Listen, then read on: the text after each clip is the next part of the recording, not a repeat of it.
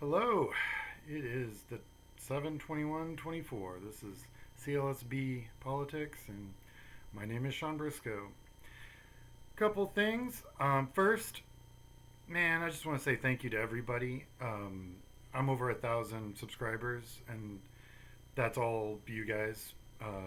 You guys have taken the time to subscribe to my page, and I definitely look forward to giving you guys as much, advice or political insight as I can. Today's been a very interesting day in the news. So Biden has stepped down, and I've had a few thoughts over that over the last, few interviews. That and I was very clear that this is a really, really, really bad idea. Mostly for logistics and economics and finance reasons. And all of those are still, by the way, completely irrelevant. So a lot of my friends are asking, well, what next? What next? I'm like, well, Kamala has not stepped down, which is great. She is staying in and looking forward to the convention. She was voted along with Biden as a ticket, and it's my belief that she should be the nominee. Kamala all day. That's where I'm at. Um, and there's a few reasons for that. Okay. When you look up the makeup of the general election population of the Democratic Party nationally, you see a real rainbow coalition. But a huge amount of that population are people of color, women and men of various different races. Well, Kamala is half African American and half Indian, and and has a unique opportunity here, historically speaking. For one thing, she's a prosecutor, or was in her previous job before she was a senator. Um, I think that that is going to serve her well because now she's going to be in a debate with Trump. That's going to happen. If she's the nominee through our party, she's going to be the one in the debate. I very much look forward to a seasoned prosecutor going up against a 34 times indicted and criminally charged convicted felon. I think that that goes to her strength. Now, the other thing I think that she also brings to the table is that Roe is like our biggest issue this cycle. Yes, saving democracy from a bunch of morons in the GOP is also a very big part of our, that's also weighing down upon us. But we also have a rogue Supreme Court out there who's just taking rights away from women. She not only has had a very unique voice, she's the only executive elected official to ever visit a women's health clinic, ever, in the history of our party, or actually the country. And I think that gives her some real. I give her props for that. I think it gives her perspective. I think it allows her to speak on that issue. And you know who can't speak on that issue? J.D. Vance and Donald Trump. They both want to do a nationwide ban. They've both been very clear. They're backing away from that all day. But I will tell you, they are definitely, mark my words, they get into office, nationwide ban. Over a 4-year period, that will kill millions of women. Facts. Not making it up. Our grandparents had to deal with coat hangers and all that nightmare in the back alley nonsense. And keep in mind, the rich will always be able to find a doctor that's going to be able to get their daughter. That 1%, it's not their problem. Those of us that aren't 1%, it's our problem. So what happened with Biden was a lot of the donors, the 1% that do donate quite a bit to these campaigns, well, they're the ones that weren't happy with the ticket. They're the ones who told Schiff and out of California and a bunch of other guys, listen, we're not going to donate to your campaigns if you don't start helping us get Biden out of this race. That's what happened. The donors made this decision. That 1% made this decision. The voters, we decided. Biden Harris all day. That was the primary. That's what we decided, and we're good. The donors decided what happened today. So, and I can assure you, if it's up to them, Harris will not be the nominee. We cannot let that happen. For one thing, as I mentioned earlier, people of color, female, make up the majority of our party. If we go to them and say, listen, we know you voted for her, but we're not going to put her on the ticket, but we still need your vote, it's not going to happen. We're going to get Trump. And I'm not convinced he's going to leave. I'm not convinced at all he would leave office.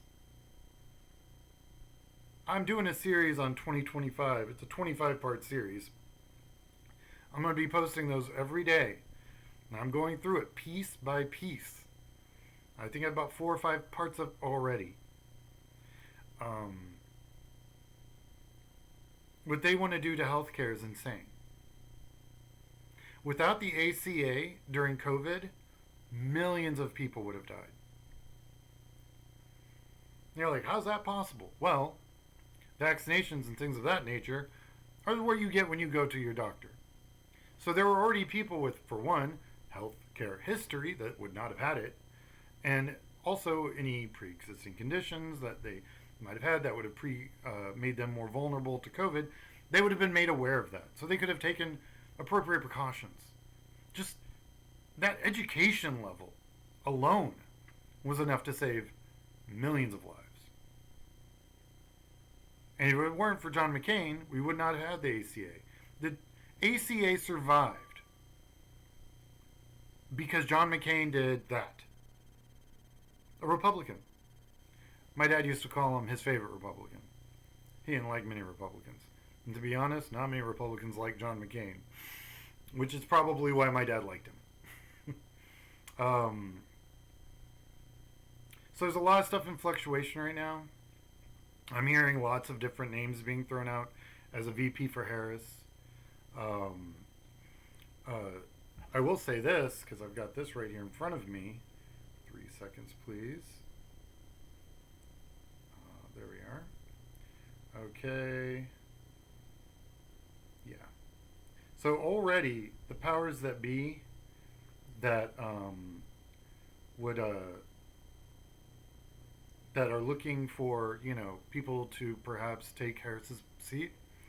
I've got reporting right now, it's about an hour old, that Newsom and Whitmer have both backed down from any challenge. Newsom and Whitmer are the ones that were being thrown around the most before all this went down. And they're not doing it. I'm curious as to what you guys think a good ticket would be. I've heard Harris Clinton thrown around. Wouldn't be bad. I mean, Lord knows Hillary can raise some money. And we're going to need it. I heard Harris Buttigieg. You want to see the GOP's head explode? Yeah, that'll do it. We're all going to have to learn how to spell Buttigieg, but I'm willing to do it. Those are the two that I've heard the most.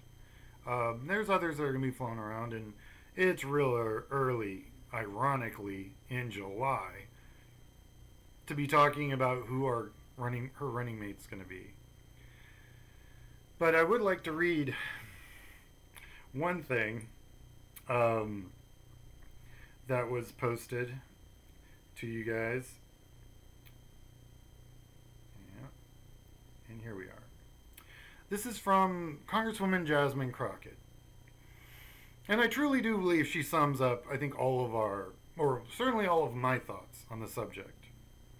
Well, I hope the geniuses that pushed the most consequential president of our lifetime out have a plan.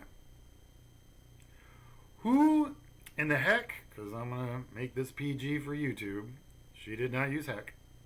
Who in the heck couldn't sell the most I'm just going to go with that one. Accomplished and winning over 34 times convicted felon who isn't even allowed to operate businesses in the state of New York and therefore shouldn't automatically be disallowed from, say, running the country, and his entire team is Project 2025. Joe wasn't the problem, and when she says Dems were, those are that elite 1% donor universe. I know one thing. This is Jasmine Crockett speaking. I know one thing. I will only work for Kamala Harris. If it's anyone other than her, enjoy campaign season. I hope all of my disenchanted colleagues are able to find some walking shoes and get out to work, because I will not. Full stop.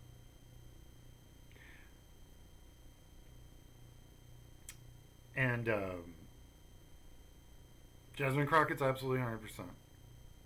I think she speaks for a huge number of people.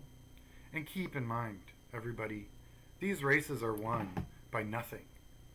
Was it 47,000 votes spread out over 3 states is how Trump won?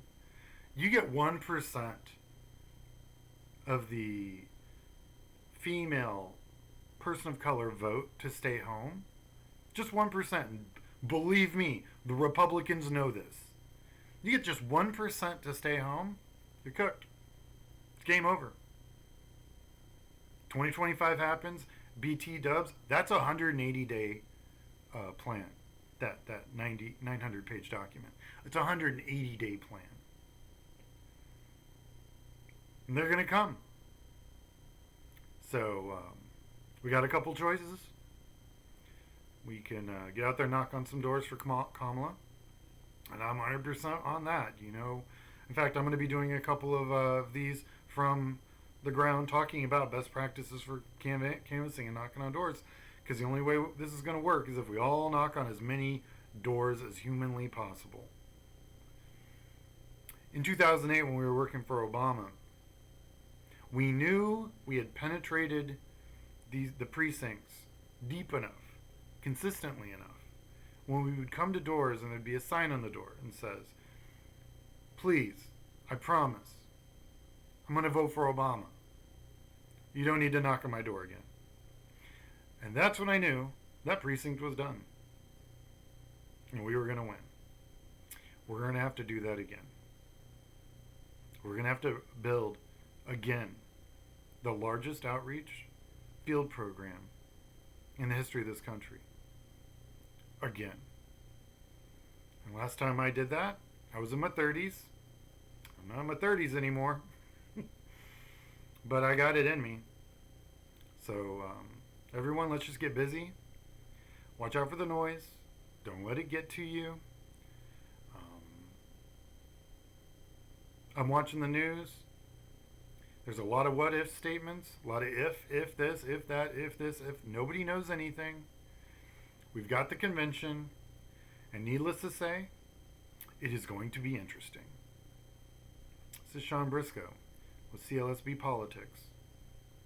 Hope you have a good one.